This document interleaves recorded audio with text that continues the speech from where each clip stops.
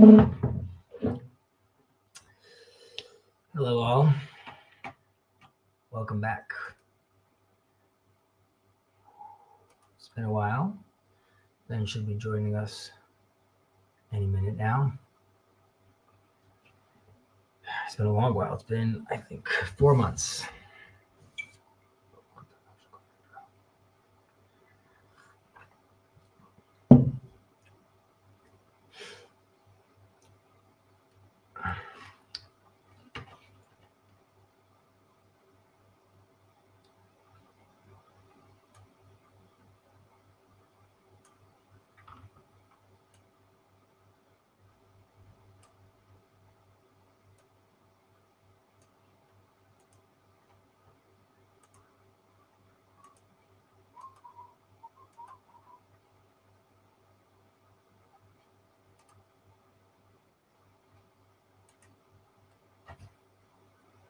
He's back. I'm in the nursing room, so the baby was just here. Naftali was just here. The baby, look at you, a whole new man. Yeah.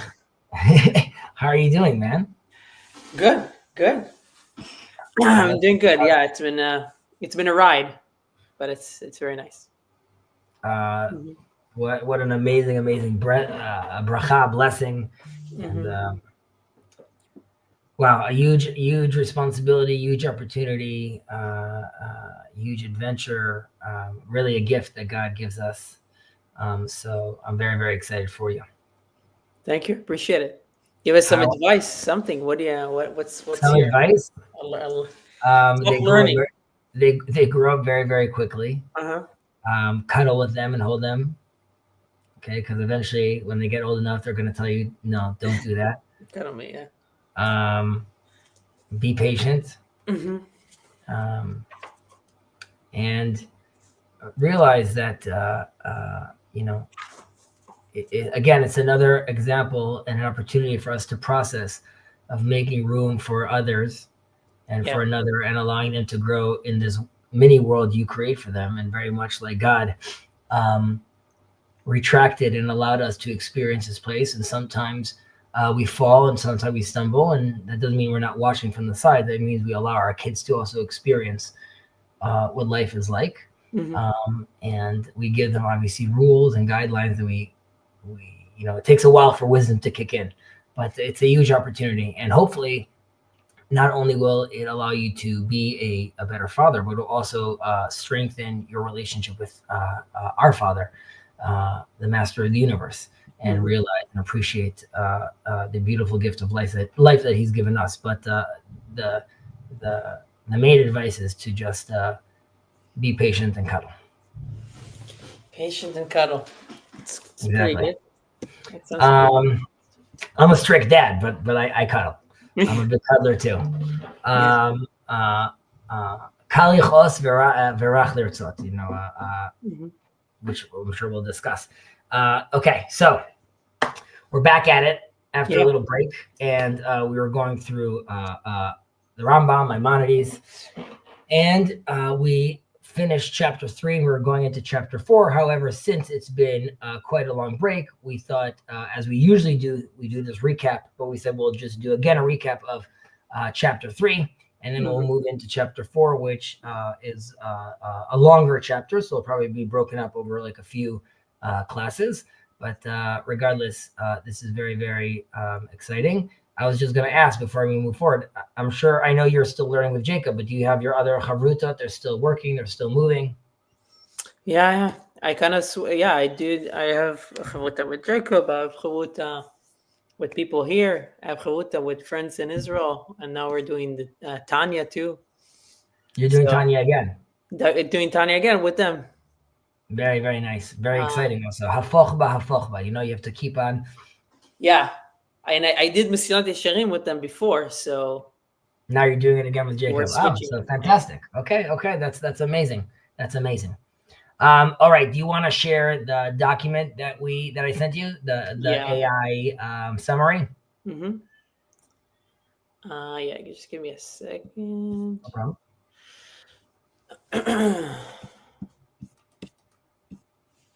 Did I put a link in the comments? Yes, I put a link in the comments. Okay. Oh.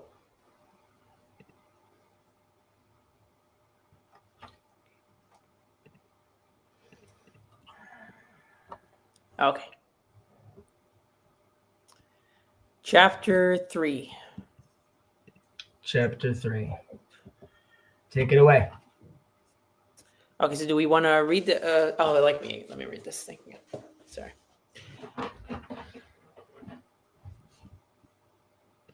Okay, so recap of chapter 3. Talking about healthy and unhealthy nefesh, unhealthy soul. So the health of the soul, or the nefesh. Do you mind making a drop bigger on your screen? Yes. Thank you. Perfect.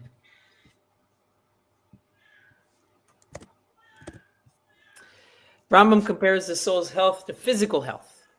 A healthy soul is naturally inclined toward good action and virtues, is balanced, while an unhealthy soul is drawn to negative traits and harmful behaviors.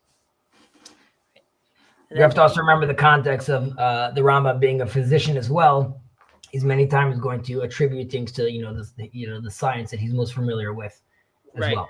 Yeah, and he says, I mean, this is a useful analogy that he makes. It's not. And then talking about how moral clarity can be clouded by skewed values, much like a sick person misinterprets sensory input or craves harmful substances. Right, exactly, right. So like at some point, even though the alcoholic knows he needs to stop drinking, right? Or sometimes he thinks no, drinking is actually what's give I want to be doing this, but and obviously that's that would be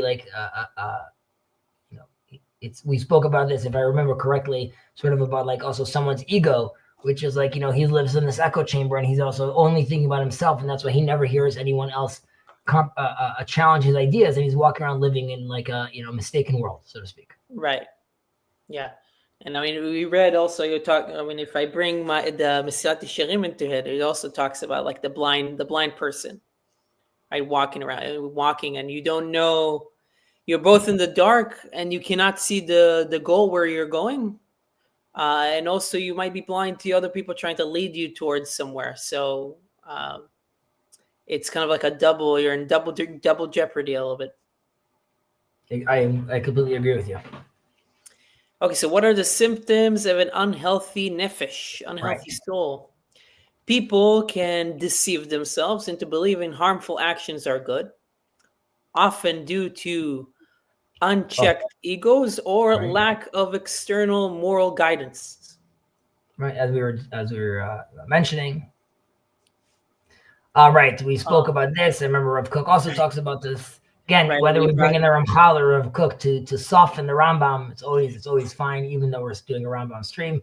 But so misuse of powerful life-rooted forces, right? So obviously the desire. I mean, there's obviously also the whole Freudian element of wanting to sleep with one's mother, but there's a whole concept of wanting something very close, and also the desires for procreation and sexual desires, right? But we need an external moral compass, I've said over here, to avoid the value distortion, right? And we also, this is in a certain sense why, even with regards to, let's say, same-sex relationships, which there could be a true love there. However, the Torah is saying that remove yourself from the familiar to experience also something new, and you need sort of this moral guidance to realize your natural inclination might be I desire what's familiar to me and like me, and we're also being told that's not necessarily healthy for you. Interesting. Yeah, I was just talking to in one of my chavutas about intention and how to understand how to get a signal whether your intention is either good or bad, or strong or weak. Those are kind of two separate things that we kind of at first bundled together, but it can be internal, that there is an internal check that you need to do to understand those things, and also there is the external moral guidance, right? The external check. Correct. That is applied by people close to you, and by people or things that are far away, that are further away from you. And also, I guess those things can also skew your values. I was mentioning that because because talking about that, about intention with my friends, led me to checking some videos that Verveki was also making about bullshit. Okay. And how that can skew your values. So then you're like the outside actually skews your values in a way. So you need to have like a diversity of. You need to be able to check yourself across maybe different places, or have the ability to do that. Right. So a striking example here, and I think that last time we talked about, we brought I don't know if you brought Arav Kook and Game of Thrones at the same time. Right, about Cersei and Jamie, right? Mm-hmm. Saying that, like, right, there's clearly a love over there, but that it's obviously destructive, right? Mm-hmm. And you could see how much pain and anguish it causes just because that's like a relation that they're also realize that they have to like sort of like hide, and like, it shows like a lot of distortions over there. But that doesn't, I mean, it ends, they die together in the rubble, right? And that's also because like she wouldn't leave and he wouldn't leave her, and like you could look at that as like romantic. We also have to realize like how tragic it is. Yeah, very tragic. Right. If only they would have read the Rambam. Mm-hmm. Too bad. I don't know if it exists in that universe. Right, It might. Okay, so what is the source of a value hierarchy? Rambam, right, because there's always a question like, who says like you guys are saying do this or do that? Like, what? How we decide? Right. Yeah. I don't know. It's interesting that it says it here. Does it talk about it in? He doesn't. I'm saying the Rambam doesn't actually directly. I mean, he's coming from a point of view which is like, this is he's already in a certain system, right? So his value hierarchy is obviously built in. Mm-hmm. So Rambam doesn't directly address, like you said, he implies a divine revelation and tradition, providing the foundation for that moral clarity, contrasting that with moral relativism. And then Greek mythology's labyrinth metaphor shows human struggles with morality without external guidance, while Jewish tradition emphasizes divine guidance as the ultimate source of moral insight. It's interesting. Right. We mentioned over here, boy. Why don't I even mention? I mean, I know why I mentioned this, but I'm thinking back. Like we mentioned also here, the Ramchal. The Ramchal talks about how, in those garden mazes. What? He calls it Gana Mevucha. Gana Mevucha, right, exactly. Which is interesting for me because I just know Mevucha as not as a mavuch, but as a feeling ashamed or ashamed, right? So you're walking around and you're lost in this garden, and in the middle there would be like this stand, and there would be someone standing on top of it, sort of pointing out where you need to be going, right? And that's sort of, we use as an example that we have revelation, we have God pointing us where we're going, and unlike the Greeks, where Icarus and Daedalus are there inside the labyrinth, right? And maybe if I'm mentioning this, then we talked about how the Minotaur is supposed to be half man, half bull, which is like the animalistic part of us that also wants to take over, and it's hard for us to control. And because of that, we're lost in this maze. So it comes Daedalus and they build wings, right? Which is supposed to show like using your brain to elevate yourself, to rise, to be able to escape that maze. However, his father warns him, don't go too close to the sun, right? Because Daedalus is doing this from tradition. He's saying like, we're going to use our wisdom that we have through tradition to move past this, but there's nothing past the sun. And that's why don't fly too close to try to understand what's behind that. Right. Now he flies and he melts.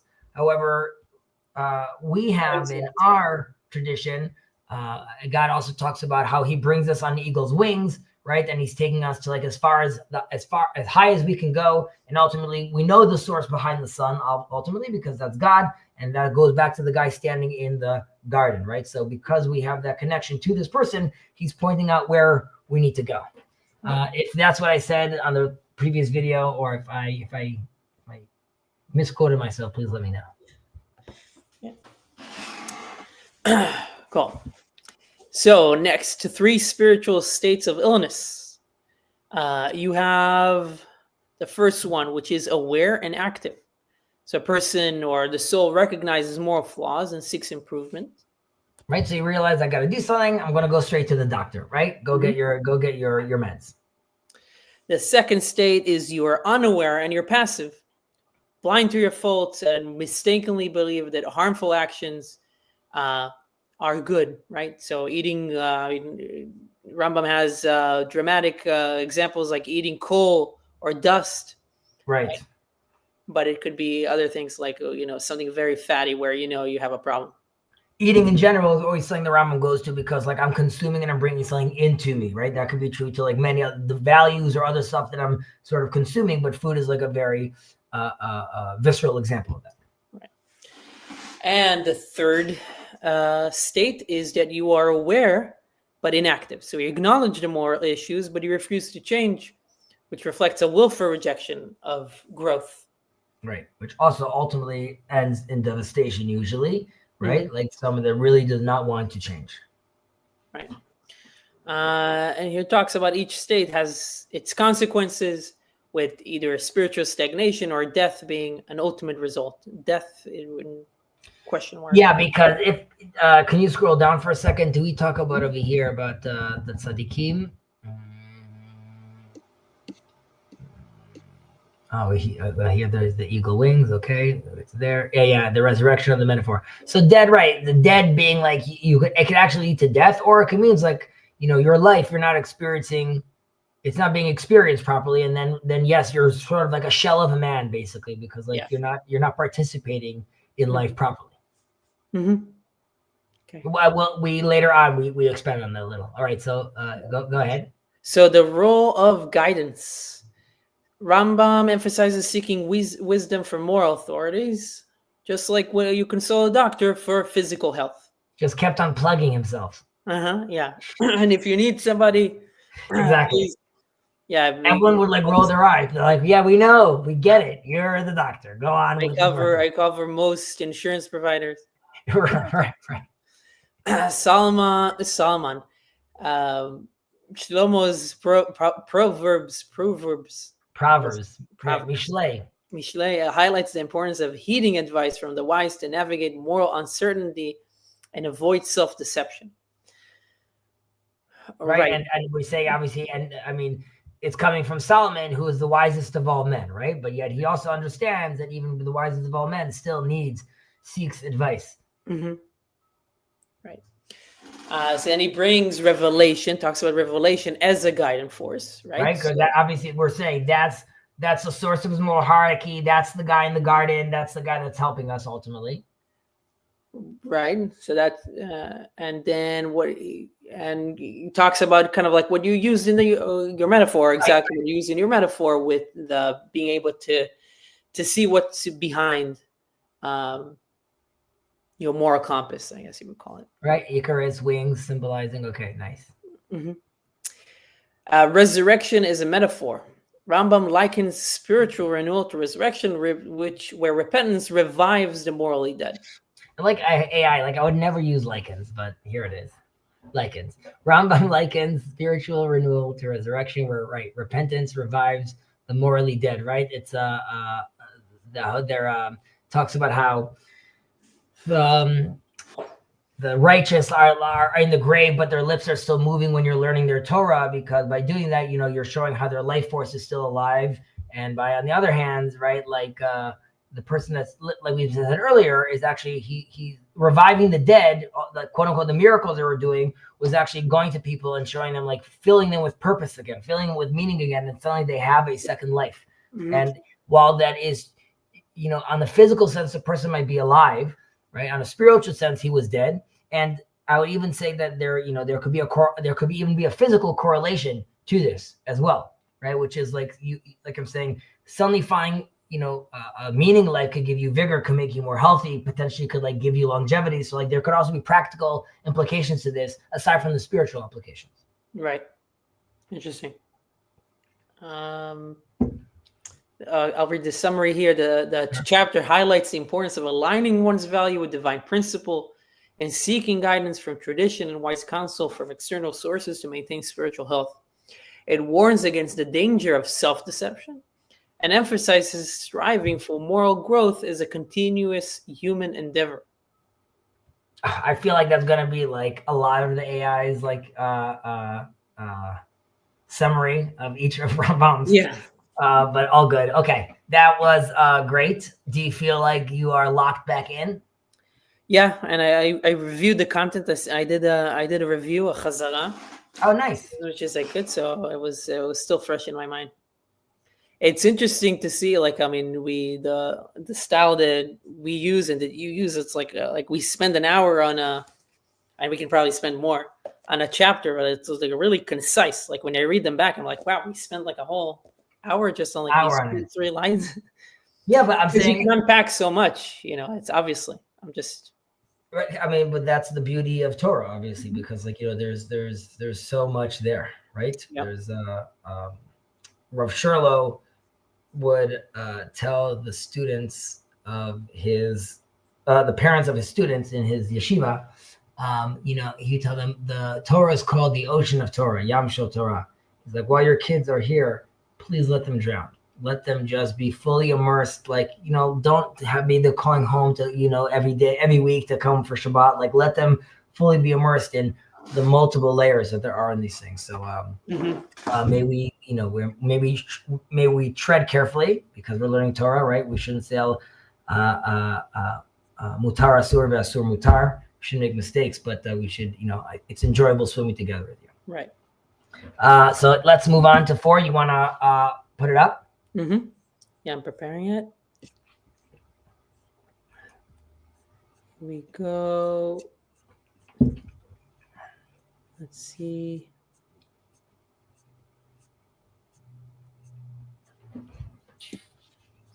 Oh, wow. What's up? Safari is being a little Annoying. Yeah. Let me just share so that at least you can see me struggling. I trust you.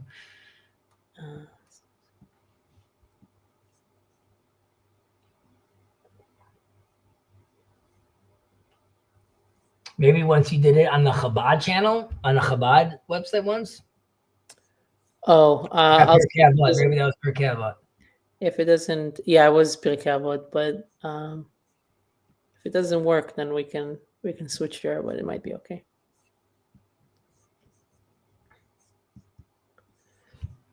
Oh, I got it. Okay. 4. There we go. 4. And now it jumps.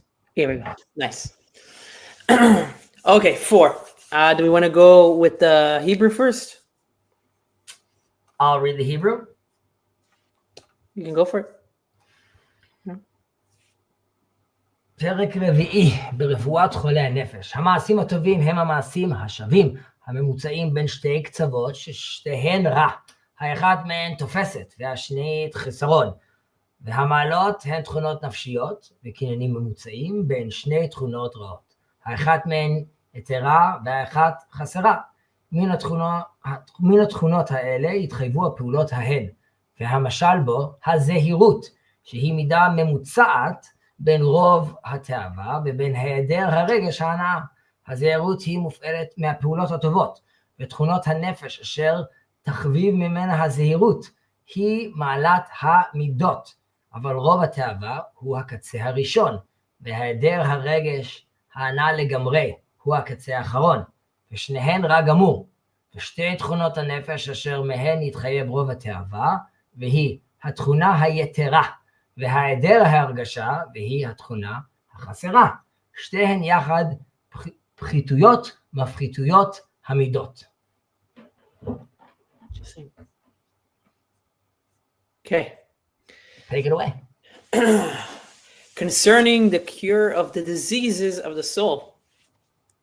Let me make this bigger. Good deeds are such as are equibalanced, maintaining the mean between 2 equally bad extremes, the too much and the too little. Virtues are psychic condition and dispositions which are midway between 2 reprehensible extremes, one of which is characterized by an exaggeration, the other by a deficiency. Good deeds are the product of these dispositions. To illustrate, abstemiousness. What is that? The quality of indulging only very moderately. Okay. Well, that's what he'll call zehirut. Hazehirut. Mm-hmm. Is a disposition which adopts a mid-course between inordinate passion and total insensibility to pleasure. Zehut then is a proper rule of conduct, and the psychic disposition which gives rise to it is an ethical quality. But inordinate passion, the extreme of excess, and total insensibility to enjoyment, the extreme of deficiency, are both pernicious.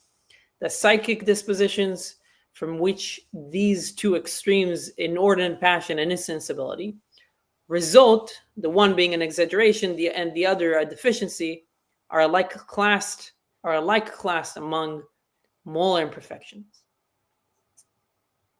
This is the result, the one being an exaggeration. Okay, I don't know. Okay. So Rambam over here, the English translation is like more confusing than the Hebrew. Yeah, was hoping the well, we see over here in this classic form where he's stressing really these connections, right, between the good character traits and actions, right? As we say, right? So like from these actions that I'm doing, subsequently these what will follow sort of makes sense because of these actions. And really most human behavior is stemming from these character traits. And as humans, we really control ourselves, but we make so many decisions throughout the day that we have to build like patterns where I can't be every one of these single decisions trying to like figure it out. I have to know like by these certain character traits what I'm doing, right? So it's very quickly based sort of on that. But I really think, we spoke about this earlier, but like again, to sort of to stress what these good deeds are, right? Because the Rambam sees them as like, and this is true to Aristotle and Confucius, like we spoke about in the beginning, that it's the good deed is really an action that has like two extreme like options, right? Like it's always bad to be on the extreme side. It's on a spectrum, right? And you're trying to be in this dance. If you recall in the second chapter, we spoke about how good, right? Like evil. It's not like I could run to the other side and I don't have to deal with evil anymore. Evil is still in the world. Really, evil is unbalanced good, right? It's sort of like it's like an expression on the edge of good is what we experience as evil. But that's we have to be able to understand how that needs to be balanced. Like someone doing something horrible, like we were talking about incest, which we would be like, that's horrible. We have to realize like in it, there's a stem of ultimately an action that obviously makes sense and also could be deemed very, very good as well. Right. I'm just mentioning that so we remind ourselves because again, he's going to do this dance of like this balance, and he's giving us like sort of like this, what he does in the fourth chapter is really give us like this middle of the road element that we need to be in. Right. And he kind of, so it's like a gauge. The way that he talks about it here, it's like visually is almost like a gauge where you have like a very low level at one end and a very high level of whatever it is at the top end. And maybe the high level is like red. Like if your car gets too warm, it'll get red at the edges and you don't want to stay there. But if your car is too cold and you've already started the engine, you also don't want it to stay at the blue line, right? The blue singles, you want it to be somewhere in the middle where it's warm enough to continue actually driving, but not too cold or too hot that it's not working. Right. And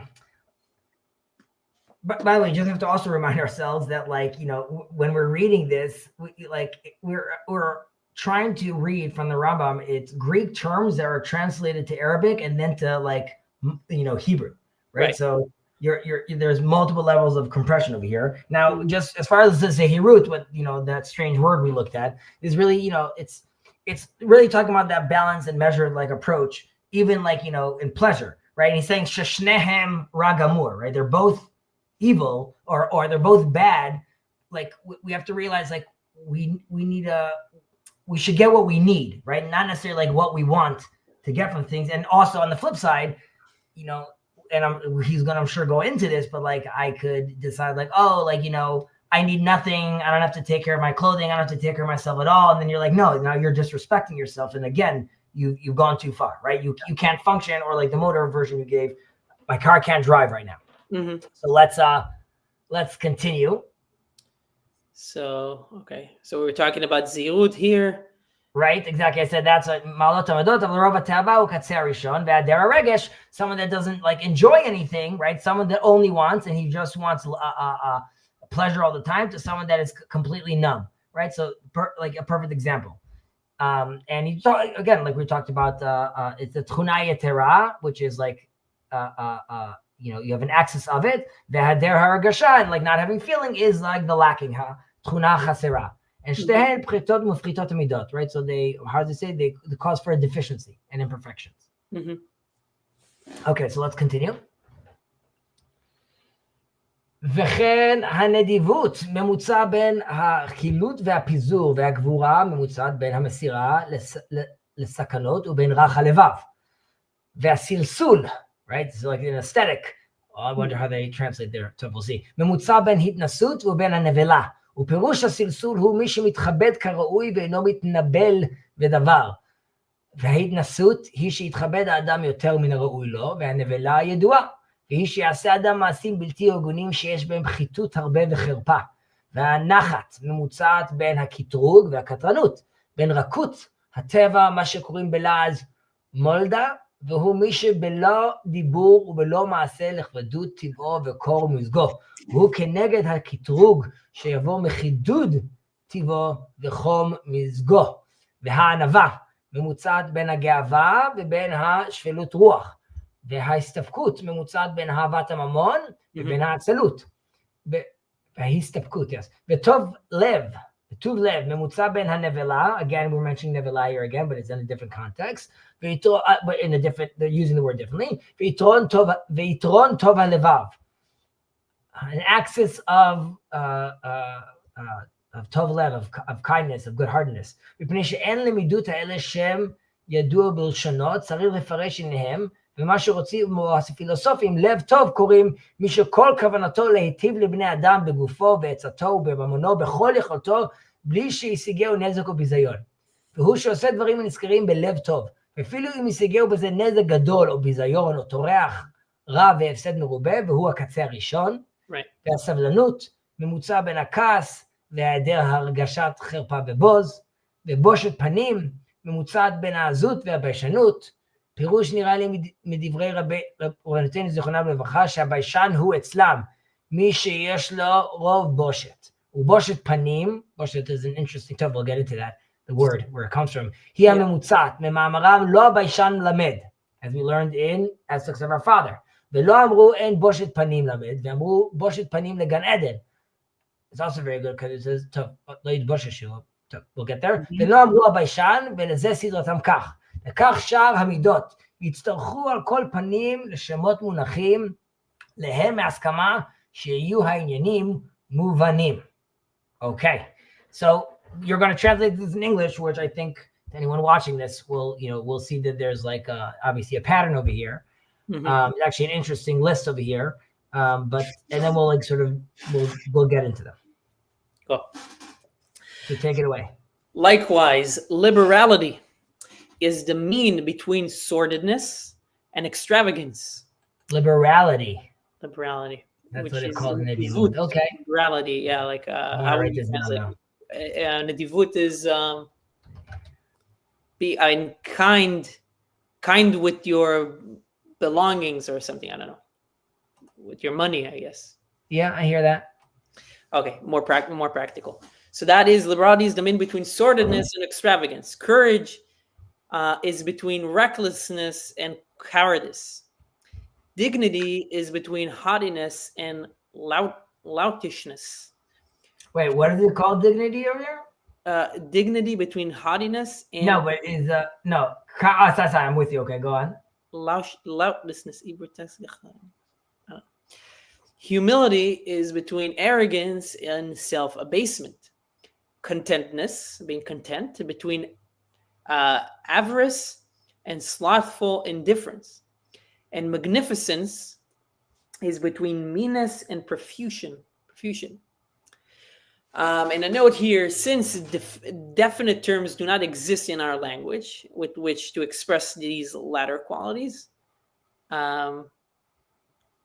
I think he says that it comes from the Greek. That's why he mentioned it doesn't exist. Yeah. Because these letter qualities is necessary to explain their content and tell what the philosophers, the Greek, meant by them. A man is called magnificent, or tovlev, I guess we had it. I guess it's hearted, whose whole intention is to do good to others by personal service, by money, advice, and with all his power, but without meanwhile bringing suffering or disgrace upon himself. That is the medium line of conduct. The mean man is one who doesn't do anything to help them succeed, though he himself may not thereby suffer any loss, hardship, or injury. That is one extreme. The profuse man, on the contrary, is one who willingly performs the above mentioned deeds, is kind to others, in spite of the fact that thereby he brings upon himself great injury or disgrace, or terrible hardship or considerable loss. That is the other extreme. Gentleness, the next one. The gentleness is the mean between irascibility and insensibility to shame and disgrace, and modesty between impudence and shamefacedness. Another note, the explanation of these latter terms gleaned from the saying of our sages, may their memory be blessed, seems to be this. In their opinion, a modest man is one who is very bashful, and therefore modesty is the mean. This we gather from their saying, a shamefaced man cannot learn, from Avot. They also assert a modest man is worthy of paradise. But they do not say this of a shamefaced man. Therefore, I have thus arranged them. So it is what the other qualities. One does not necessarily have to use conventional terms for these qualities if only the ideas are clearly fixed in the mind.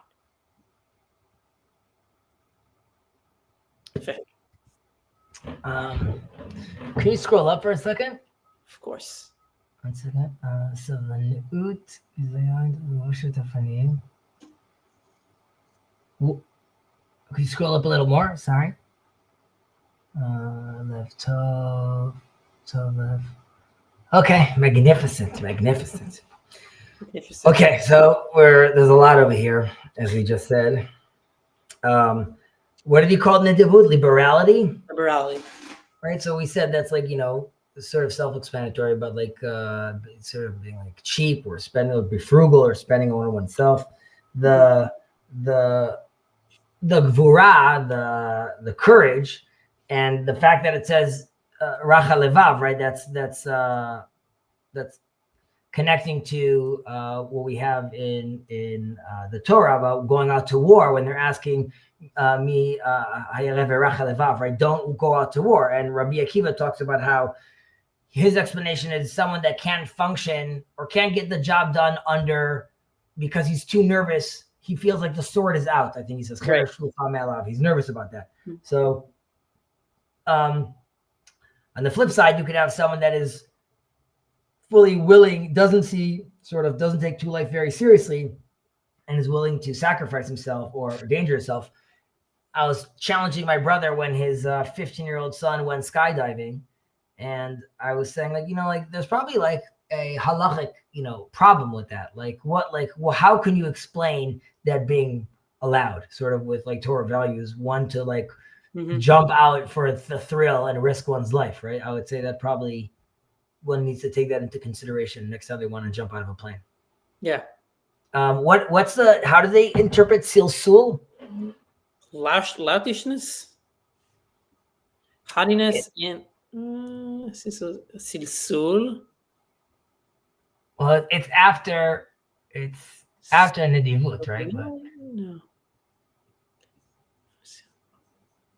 Liberality is the mean between sordidness and extravagant. Courage between recklessness and courage. Right. Dignity. Silsul, dignity. So that's sort of you could also look at it from like an aesthetic point of view of like, that's what I thought. What?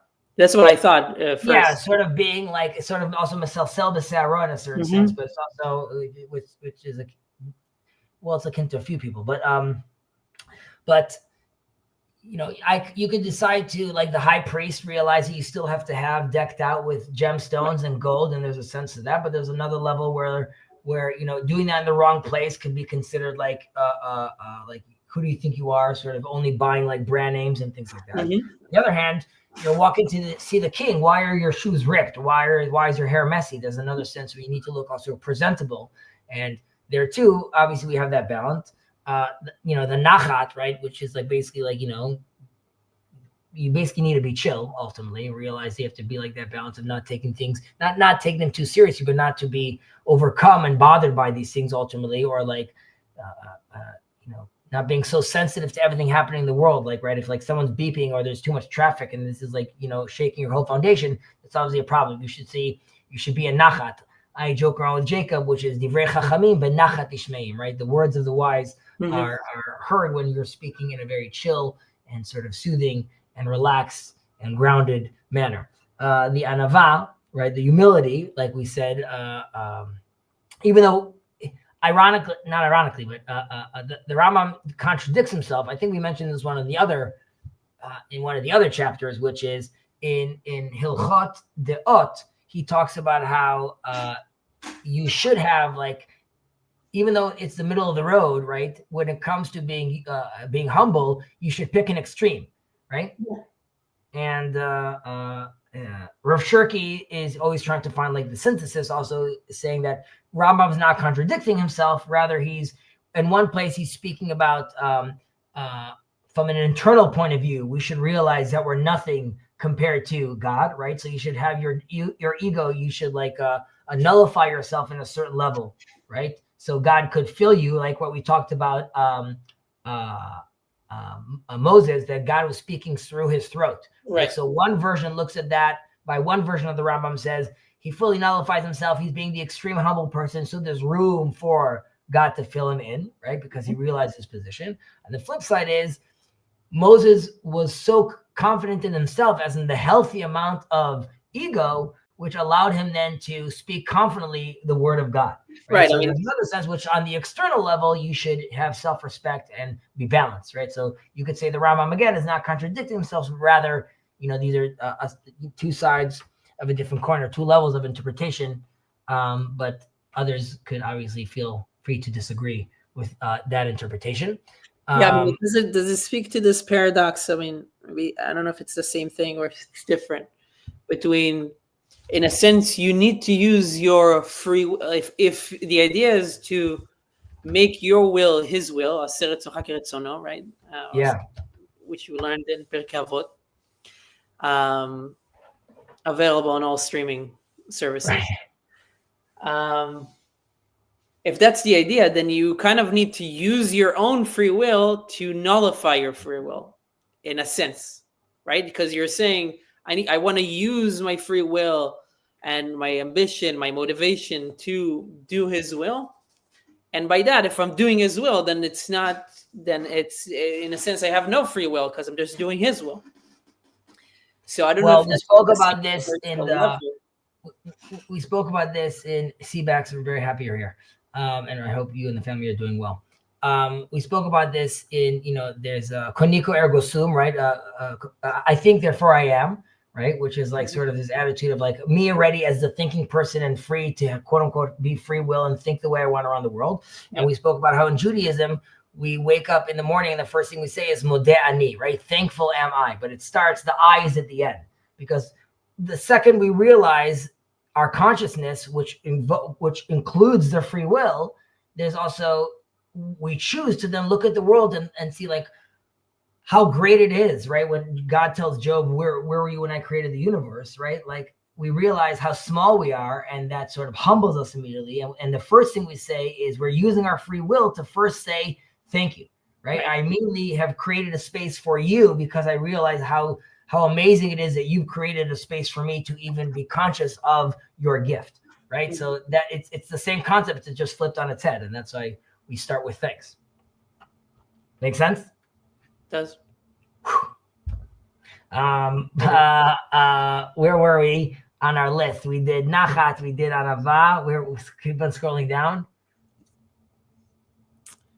By the way, also we should just say that the Rambam, you could also look at the Rambam, just think about this contradiction, that the extreme, being extreme in general is something that is is for the Hasidim to do, or let's say in a Christian context, it would be the Essenes, right? But for your regular Joe, that's not the requirement, so to speak. Again, that's just like another way of looking at it, that he's not contradicting himself. One is talking to the masses, and one is talking to to the righteous Hasid. Mm-hmm.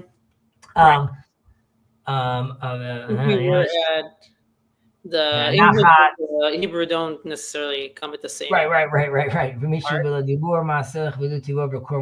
We did this, which was hanachat, right? Being chill, ultimately, right?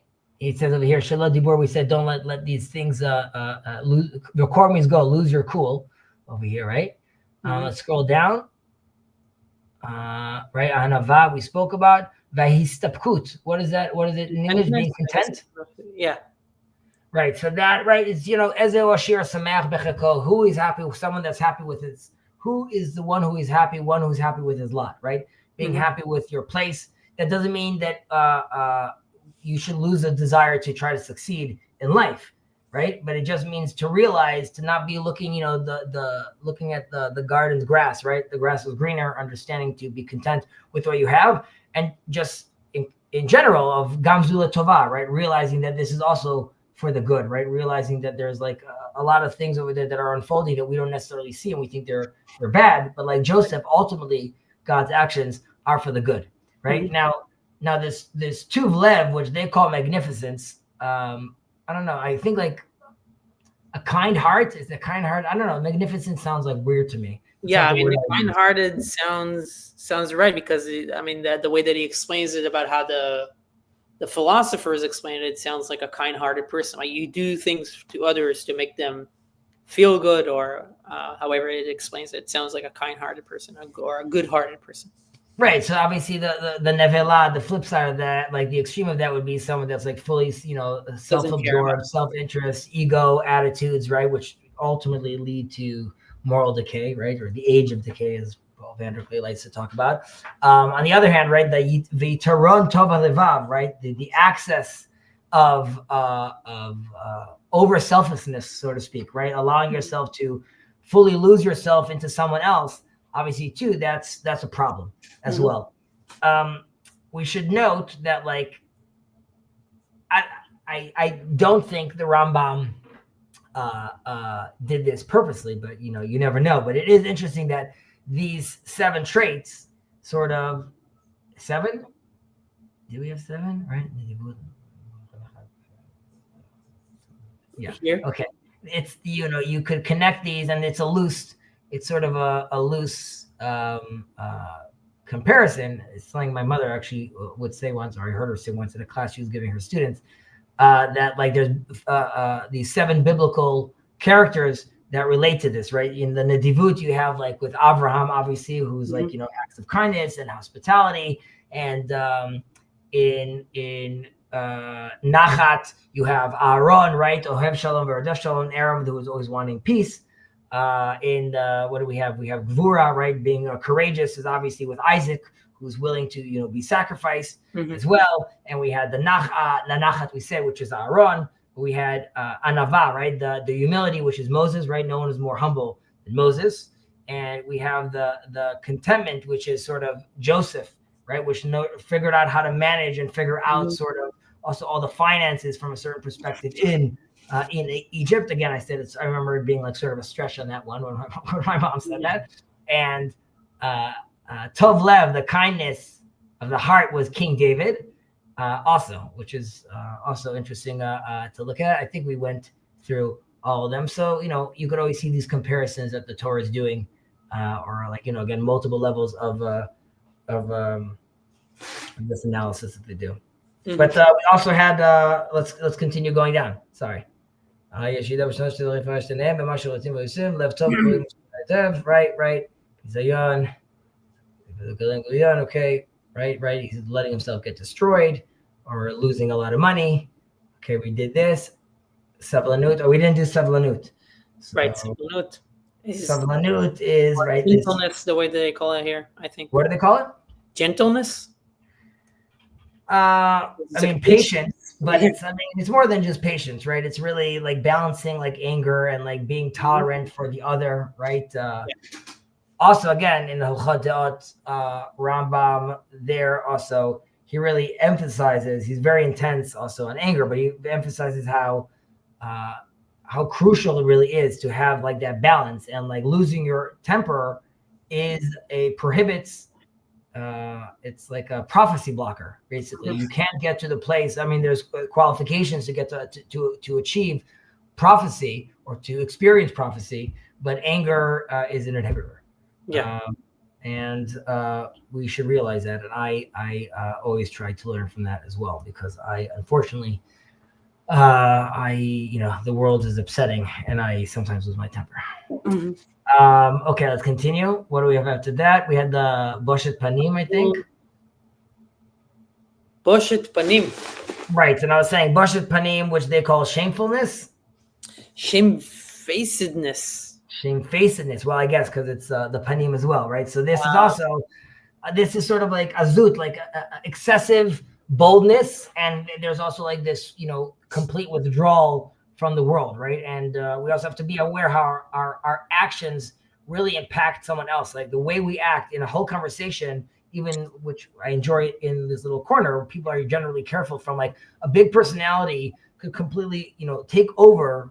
We talk about this consciousness Congress in people's brains, but like that could be a positive, right? That you could hold these spinning discs, but it could also be overwhelming if someone completely, monopolizes someone else's like consciousness.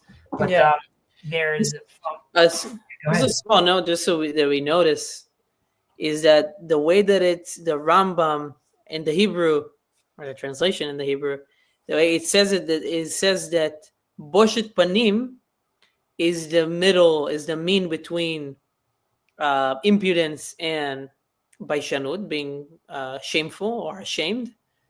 And in English, it says that modesty is between impudence and shamefacedness, which kind of sounds like Boshet Panim. So it's a little weird. They're doing weird over there. I hear that. That's interesting. That's a good note. So so it's kind of a little backwards in English. In English. Thank you, Ben, for pointing that out. They also mentioned it later over here with regards to Boshet Gan Eden, but from the word itself, busha, which is shame in Hebrew, and there's also in Aramaic, or like a sister language, like from in this region, bisha is actually evil, right? Like esek bish or mazal bish, like bad luck. This also connects to sort of Adam and Eve when they say they were naked, right? But they weren't embarrassed at the fact, they weren't ashamed. And this is sort of letting us know that sort of before the fall, right, or before sin, there isn't really shame. And shame, in that sense, shame could result from a sense of sort of lacking legitimacy, right? If you don't see yourself worthy, if you see yourself sort of as nothing, right, and there's doubt about yourself, it's sort of sin creeps in. You could even say, you could go a stretch that like, shame is sort of the root of sin. Like when you're not confident in yourself, you already allow an opening for mistakes to sort of to kick in. But again, this is just like playing around with words. It's not. This is a free flowing chabur. Yeah, right? It's interesting. I saw a video. I think it was. I think it was Reb Joey Rosenfeld. I think his name is. Yeah. You see him shared. I mean, he was talking about. He has a lot of the hand motions. Yes. He talks about the shame and something else. I don't remember what it was. There's a difference between being ashamed of something and being, I don't know what would be a synonym for that. Well, I mean, there's like King's Saul Nichbala Kelim, right? Someone that decides, like, to not take all the glory, but but the way that he was talking, the practical difference or the psychological difference that he was talking about there is that when you are ashamed, it's almost like you're ashamed. You put something on your identity, and which is which is very hard, because if you assume that is the things that you do are also infect your, let's call it the soul, then it's very hard for you to disassociate yourself from that, and it kind of dirties you to an extent. But you can still be not ashamed, but you can be embarrassed maybe, or embarrassed by a certain thing, and by a certain action that you've made, which is which is easier for you to work with, because okay, this action that I did could be inappropriate or cause me a little bit of embarrassment, but I can still, it's not part of who I am, and I can disassociate myself from that. So I think it's a little different, because that talks about like mistakes or erroneous actions, but it's like two different ways of thinking about shamelessness. Yeah, I mean, shame, busha. It's attributed to King David. He talks about how there's there's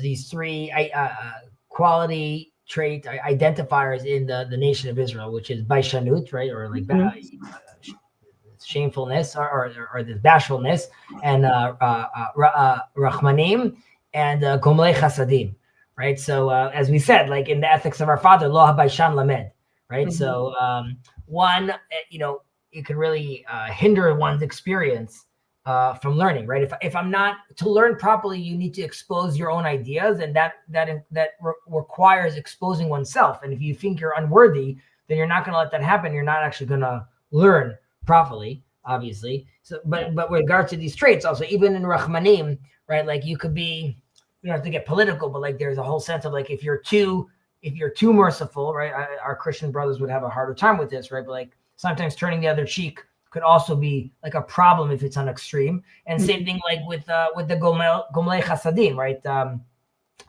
Teach a person how to fish, right? Or just give like, so if I keep on giving you favors or doing good things for you, again, that could be like overwhelming, where like I could even build resentment towards you. Like I don't even know what to do with all this good that you're giving me, and it doesn't let me progress properly, or what we would qualify as good, right? Like suddenly you gave me $1 million, but I have no idea how to manage money, and suddenly I go into like crazy debt, or I do silly things. And that's also when we pray to God, we say gomel chasadim tovim, right? Like we qualify it, stress it with tovim, like God, the gifts that God gives us are measured and precise for what we need, right? We don't like, there could even be an excess of plentifulness, right? Like suddenly like, what's that movie of like Cloudy with a Chance of Meatballs, right? Like, I wanted like any food possible, and now I have like pancakes falling on my head, so to speak, right? There's like an alignment problem sometimes when you're trying to do a favor for something. By the way, right, overshowering somebody with gifts, or overwhelming somebody with information. You want to make sure that they understand everything, so you just give them all the information. It can be too much. Not to go on a tangent, but like I'm just thinking, because I mentioned like the political thing, but even the baishanut, right? These traits could also, if they're in an extreme, they could be on a national level. They could also be problematic, right? Like if I'm, if you are bashful or about your nation, like you could question your own like legitimacy, right? Like unlike other nations that sort of like emerge naturally, right? The idea of this of the nation of Israel, it's like a conscious decision that's rooted sort of in free will, right? Like God comes to Abraham and says, "Go forth," and God and Abraham decides to like, I'm going to do this with you together, and I'm going to like make a nation. And God says like, I'm going to bless. Like there's a whole sense over there, which is like God is sort of saying like, I've seen how it's being done naturally. I want it to be done properly. Do you want to do it with me? And a guy comes and says like, I want to do it with you, right? So like, and that's sort of it. So like questioning sort of the legitimacy is like intrinsic to our Jewish identity, because like it's not natural, right? It's a decision that someone made, and you could always be looking back and saying like, should have Abraham said, yeah, I don't want to do that. But Abraham like decided to be like, I want to do this. And it's sort of, I guess also even to the world and to our Arab brothers, I feel like we have to feel confident in saying like who we are as a people and as a nation. And you could even say that